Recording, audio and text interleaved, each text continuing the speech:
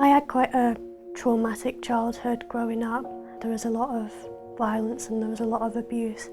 I'd reached a point where I didn't care what had happened to me. I just couldn't take any more of seeing the abuse and going through that every single day. I'd become really withdrawn and not eating, so I was losing quite a lot of weight. And I was only 13 at the time. My school began to notice that there was something quite wrong, especially like my English teacher as well. So she asked me what was wrong, and I was really upset, and I said to her that I can't tell you. Eventually I did, and that then caused for social services to be involved in removing me from the care of the relatives that had abused me. It was the scariest, lowest and numbest point of my life.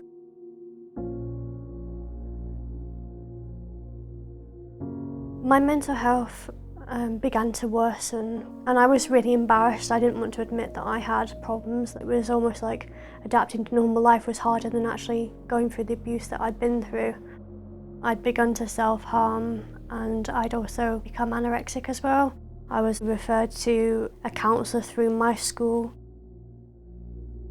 I found it very difficult to talk at a level that was audible, and I remember having to shut the windows just to be able to hear me talk.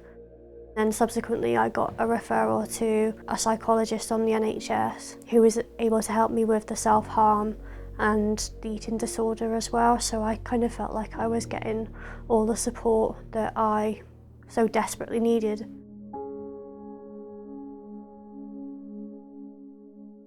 I was 17 years old and I decided that I was going to move in with my adopted dad, who had terminal cancer, who also had bipolar disorder, and in many ways I felt like it was very similar to what I was going through.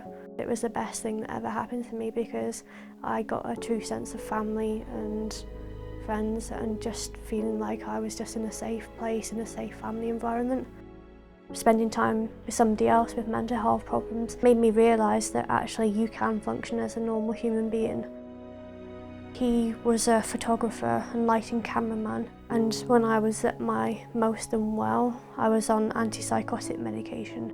I would just literally sleep for 20 hours a day, but in the time that I was sort of like awake during the day, we would go for a walk and stuff, and he would just put a camera in my hand and he said, do something with it, like just take some pictures, just put your mind on something else.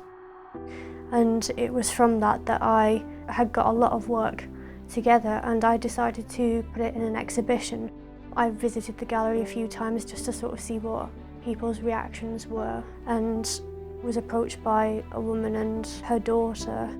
The woman was actually crying. She said, "You've taken these pictures, haven't you?" And I just said yes, and she said, after coming here today, myself and my daughter aren't going home.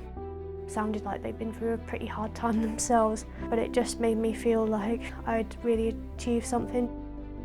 And what I realised is that by doing something and by motivating yourself, even if it's just a tiny bit, helps keep you healthy. Like I know now that if I begin to feel low and stuff, well, I should get up and I should do something. And that's how I think I've gone from the person that could barely get out of bed to the person that's now just finished their first year at university. And if anything, I never believed I would be able to do that, but I've done it, and I truly believe that other people could really benefit from doing it as well.